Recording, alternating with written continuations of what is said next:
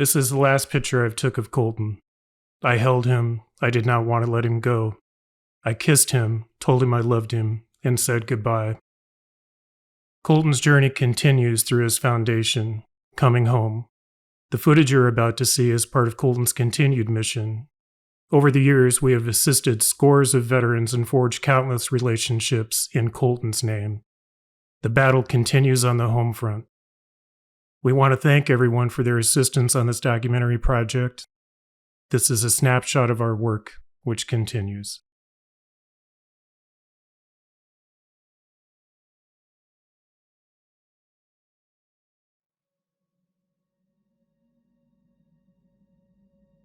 I think the last numbers were 22 a day. Now I'm hearing it's 23, maybe 24. I think Ellsworth has lost 16 this year so far from what I've heard. It is an epidemic. Here I am, good shape, top officer, and everybody looks up to me to give them advice and to protect them, and I could not protect myself.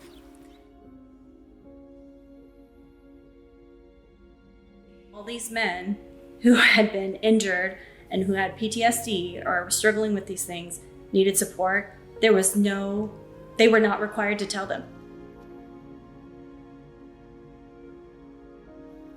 I've had 6 spine surgeries and I have a computer that sits inside me, so it's supposed to help block pain, but doesn't really do a whole lot.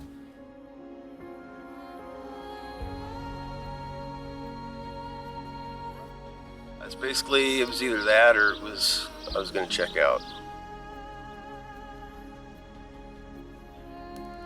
And so when you say check out, what happened?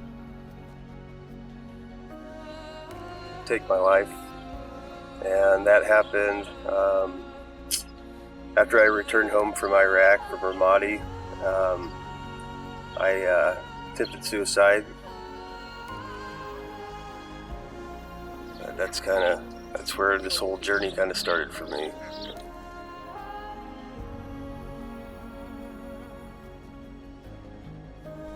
So how are you doing today?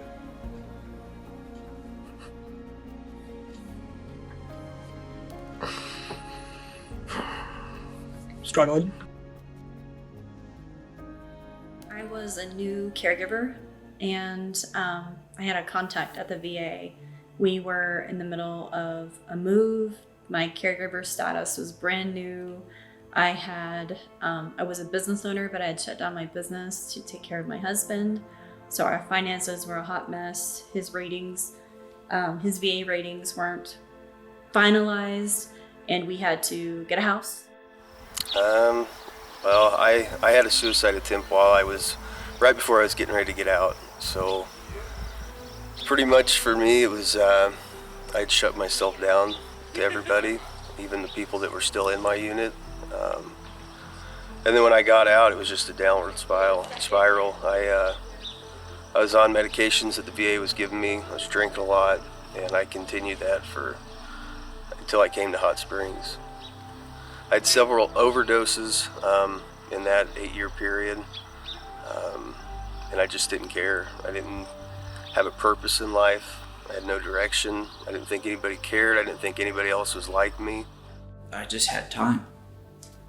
I didn't have to be anywhere at any specific time or in any uniform, and it was just, you're used to the military, and then all of a sudden you're not in it. So you got time. You got to figure out what you're gonna become if you have a drive to go out and do anything. Because my first time I was cut open, I was 29 years old, I think. So there's just a whole bunch of time. Probably the first year and a half. Just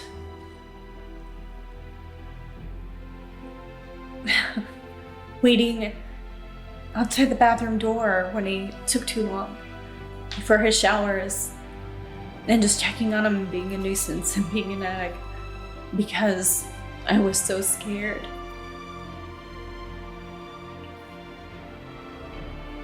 But it was worth it. he's still here, and he's well. My youngest son come back from Iraq, and was really worried about him because he was not the same person. He was a quick reaction force member. His squadron in the Marine Corps had the highest fatality rate in the Marine Corps. It was ugly. He come back so different. A few life-changing events stacked up over a 2-year time frame. Lost my nephew to suicide. Probably one of the most painful things I've ever felt.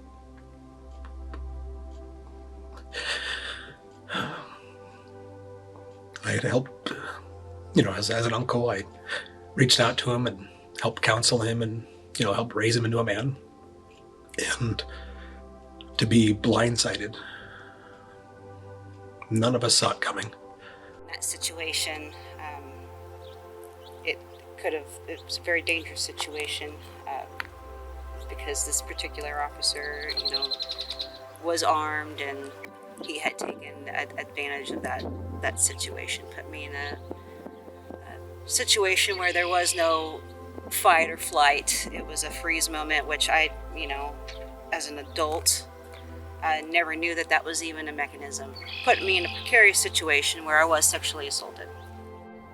I realized it when I was still on active duty. It's just that you just try to keep it repressed so you don't think about it, I guess, and try and do your best to avoid it. I knew he was broken. He was a different person. I didn't think he could be fixed, but I was willing to do whatever it took to find help for him. He was still in the process of med boarding, and the caregiving was already coming together. I was already looking for help and talking to other people who had gotten out. I was recognizing the signs of PTSD and the signs of depression. I thought maybe it was just depression. I really didn't know much about PTSD or these traumas, that they've gone through. They don't come home and tell you everything that they go through.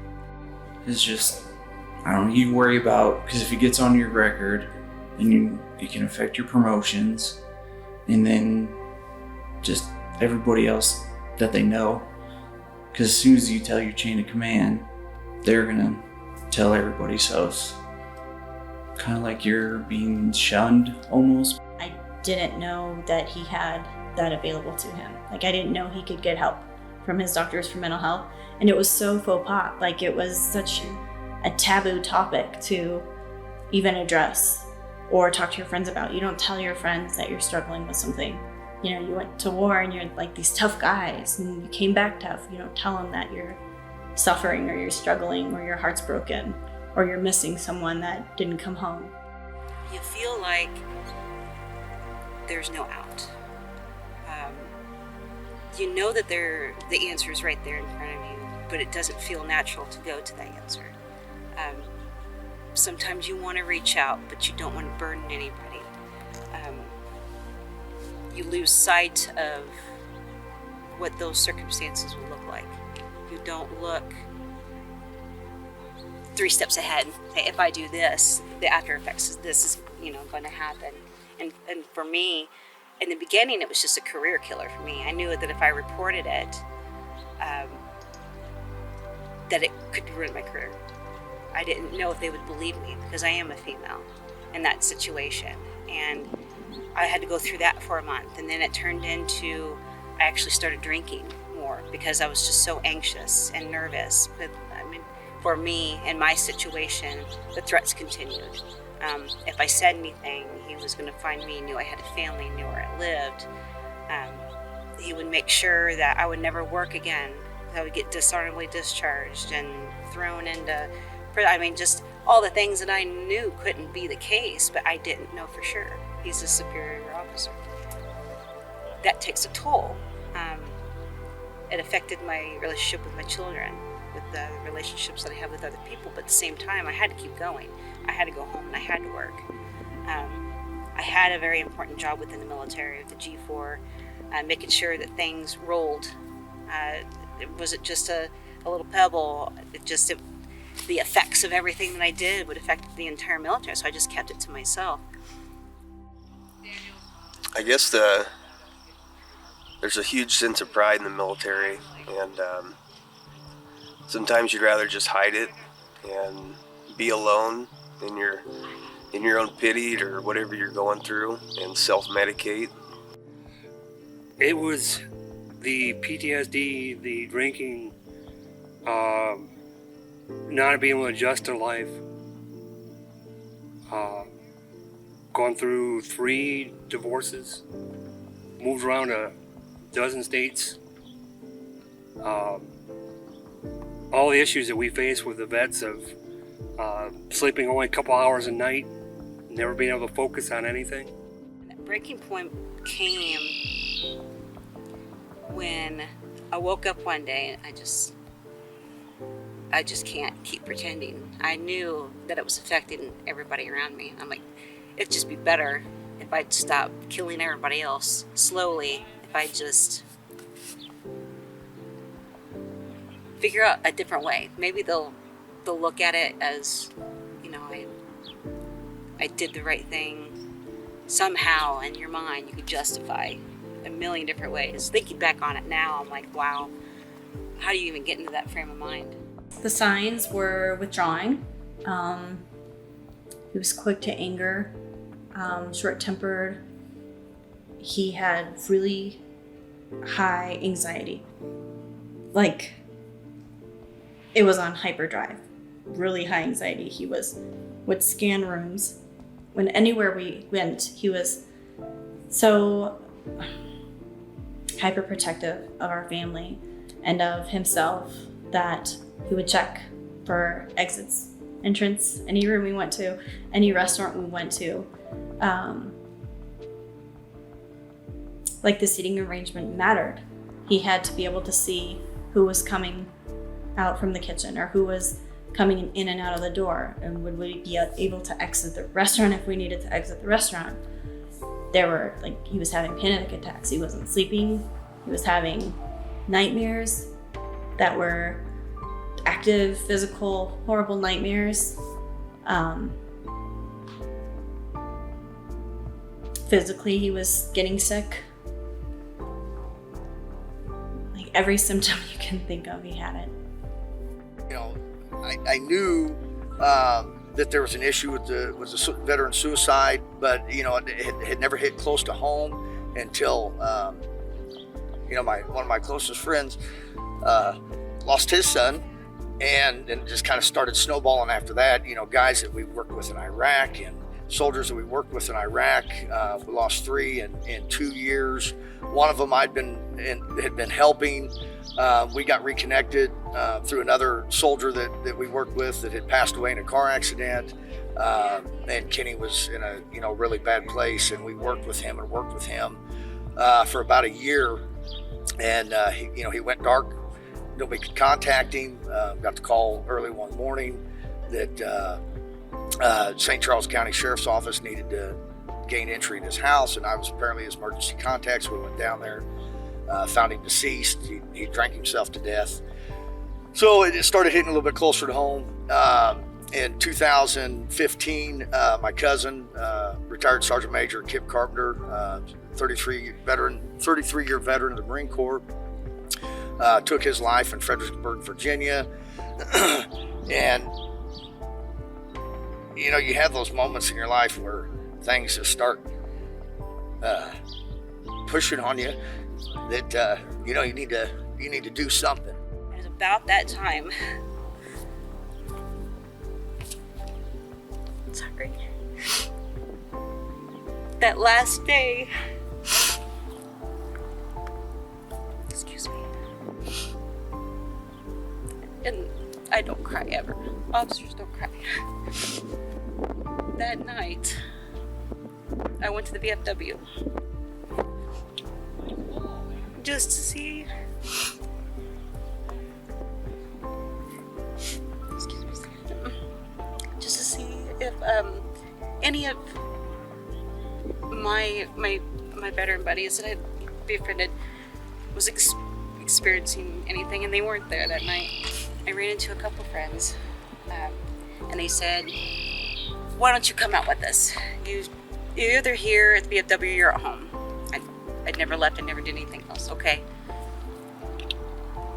That night, I had no intention of going home. That's the night that I met Ben. When we started at the rack, and we started off with those few flags that represented hanging with the dog tags of every American troop that had been lost in Iraq. And then the next year there were more, and the next year there were like 5 dog tags for every flag we had. And then maybe the 4th year we did it, and we had some Marine Corps people from Colorado come up to help us put up the flags. And we had a 10-year-old son, maybe 12-year-old, like where I got the 10 was, I just remember him hearing it as his son was helping him put up the flags.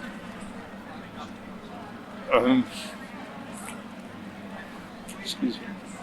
Just remember, he's telling every one of these flags stands for 10 lives lost. That was tough, just hearing this. So, that's all. We got to talking, and he's like, "Hey, I want to show you something." Okay, so he took me to his barbecue restaurant, and I stood there for 2.5 hours and just stared at his wall. He just sat there quietly. I mean, it was closed. He just sat there quietly and just let me observe everything that he had, and it was essentially a memorial and a dedication to military, to law enforcement officers, firefighters, and first responders. And I came across the picture that we had presented at the VFW for the ride, and it just started to really blow my mind. I'm like, see that face? There's nothing indicating in that picture that there is anything wrong. Nothing I said made it wrong, but And it was the picture of. yeah, it was your son. He was just, you could see he was a proud soldier, and he had such pride in what he was doing.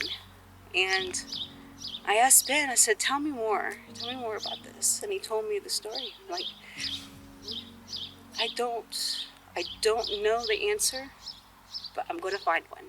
We're going to find a way through this foundation, through awareness, to figure out how to find those signs and prevent things like this from happening. So we had to closely vet any organization that would fit our values and the edicts of our church. And when I met your wife at the stock show, you guys exhibit what we call grace. And it's taken extreme pain and loss of your son and turned into love for our vets. I had the wrong take on soldier suicide. Matter of fact, I had the wrong take on suicide in general. And, come to find out after learning more that, Colton had tried everything to get help and that you had been working for him to get him help. And I didn't feel that way about Colton, but I made that comment about another young man, which was still just as wrong as if I had said it about Colton. And so that's what got me thinking that I needed to get involved with the foundation. It was different. It was the first time I'd been to South Dakota, so that was, a little bit of shock for me. But walking in and seeing, I think 400 or 450 people in this room, all, from Rapid City and the surrounding area, which isn't a big area, so to draw a crowd like that from a small organization is amazing. But what was amazing to me was when I got to meet some of the veterans that they had brought in that are either homeless or down on their luck, and they fed them. They gave them blankets. They really took care of them. And those are the people that I was just referring to that they've slipped through the cracks. People see them on the streets. They don't. It's another homeless guy. They don't realize what this person is dealing with, the struggles. They have sacrificed everything for our country, and they come back and they have nothing. And to see the organization bring that many, I think they brought 80 in that night, to bring that many guys in and feed them and give them blankets and offering the help it's amazing. I ended up meeting Josephine and Haley over coffee at Starbucks, and we went from there. They were able to help us right away. They just chatted with my husband and I. It was awesome because I was super nervous. We never had to ask people for help ever before in our lives. We were pretty stable people prior to his injury and just everything.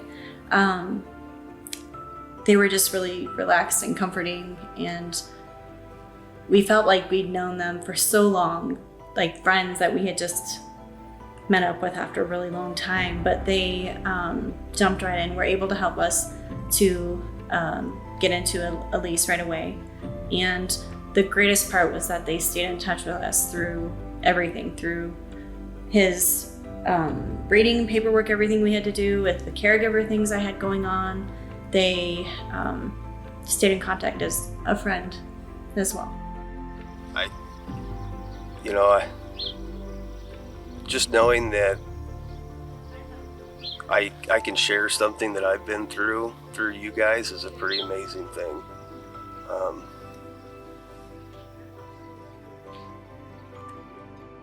I needed to get involved with the foundation in a small way, which is, I feel like we're in a very small way, but we wanted to be part of it. And I went to my business partner, Graham, whose dad is a veteran.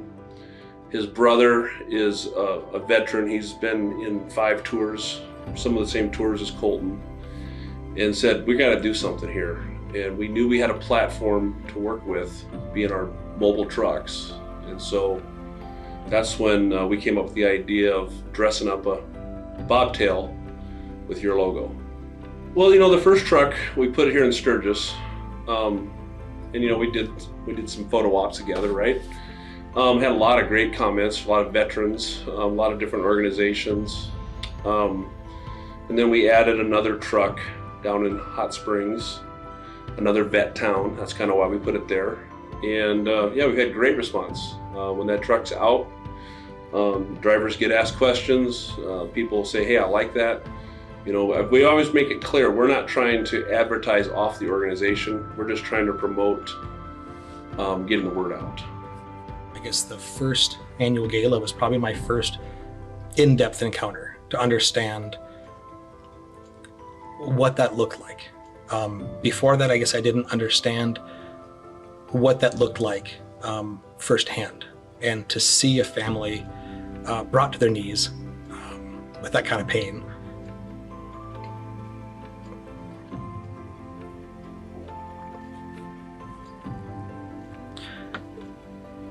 but to come together with so much strength of an army, to help all of those who are struggling.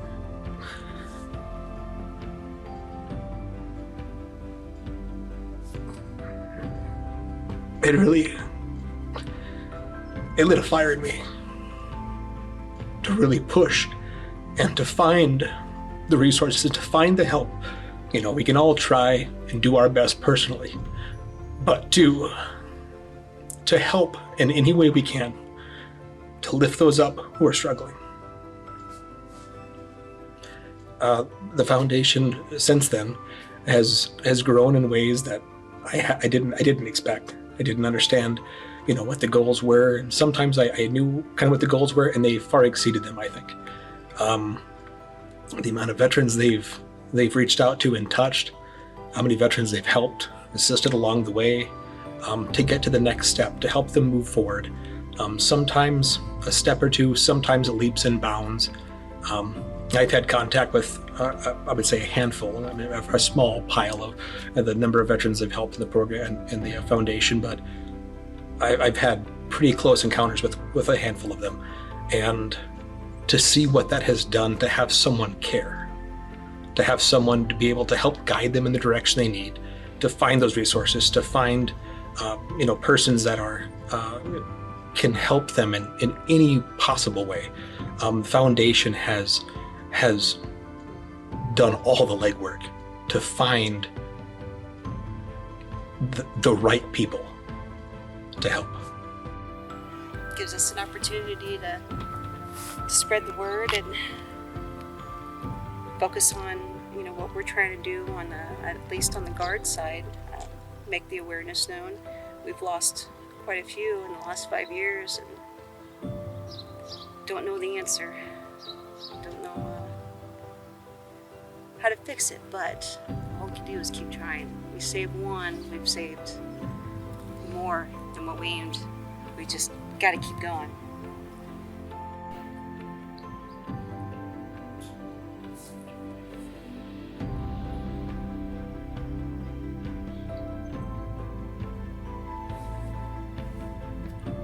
Don't quit.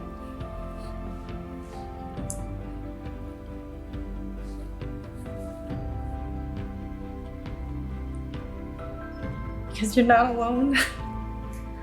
There's so many people out there going through the same thing. And you're not the only one. You're really not. But don't